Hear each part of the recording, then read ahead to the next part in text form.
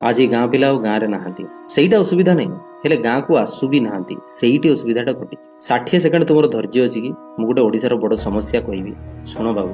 ଯଦି ତୁମେ ଛୋଟ କି ବଡ଼ ଚାକିରିଟା କଲ ବୋଲି ଗାଁକୁ କାଁ ଭାଁ ଆସିବ ବା ଆସିବ ନାହିଁ, ତାହେଲେ ଶେଷରେ ତୁମେ ଦୋଷୀ ହିଁ ମରିବ।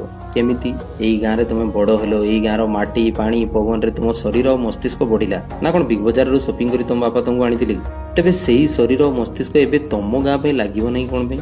ତୁମେ ସେଇ ଗାଁରେ କେତେ ମଳତ୍ୟାଗ କରିଛ, କେତେ ପରିବେଶ ବ୍ୟବହାର କରିଛ, ନଷ୍ଟ ବି କରିଛ ପରିବେଶ, ତାର ଋଣ ସୁଝିବ କିଏ? ତେଣୁ ବାବୁ, ଗାଁର କମିଟିରେ ସାମିଲ ହୁଅ, ଗାଁ ପୂଜାରେ ଟିକେ ପଇସା ଦିଅ ଓ ଯୋଗ ଦିଅ, ଆଉ ଶେଷରେ ଘୋଡ଼ା ଗାଡ଼ି ଘର ଯାହା ବି ସାମର୍ଥ୍ୟ ଅଛି ଗାଁରେ କର। କାହିଁକି ନା ତୁମଠାରୁ ଇନ୍ସପାୟାର ହେଇ ନବ ଯୁବପିଢ଼ି ଉନ୍ନତମୁଖର ହୋଇ ଉଠିବେ। ନହେଲେ ସେମାନେ ସେଇ ଲୁଙ୍ଗି ପିନ୍ଧି ଆମ୍ବ ତୋଟାରେ ତାସ ଖେଳିବେ ଆଉ ସନ୍ଧ୍ୟାରେ ଚିଲମଟା କାଟିବେ। ଆଉ ସେସବୁ ପାଇଁ ବି ପ୍ରବାସୀ ଦାୟୀ, କାହିଁକି ନା ଆମେ ତ କେବେ ତାଙ୍କୁ ବୁଝିବାକୁ ଚେଷ୍ଟା ବି କରିନେ ନା। ତେବେ ଖରାପ ହେଲେ କାହିଁକି କହିବା ତାଙ୍କୁ? ସେମାନେ ଆମ ନିଜ ଭାଇ ଭଉଣୀ ଭଳି। କେବେ ତମେ ବି ଗାଁରେ ନଙ୍ଗଳା ବୁଲୁଥିଲ କାଳିଆ ଭୂତ ହେଇ, ଏବେ ସେଇ ଗାଁର ବର୍ଷିକିଆ କୁଣିଆ ତୁମେ ତୁମ ଗାଁର ଫରେନ୍ ଟୁରିଷ୍ଟ ହେବେ। ନା, ଓଡ଼ିଶା ବଦଳିବ, ବଦଳିବ ଚିନ୍ତାଧାରା, ବଦଳିବ ଓଡ଼ିଶା। ଧନ୍ୟବାଦ। ଜୟ ଜଗନ୍ନାଥ, ବନ୍ଦେ ଉତ୍କଳ ଜରଣ।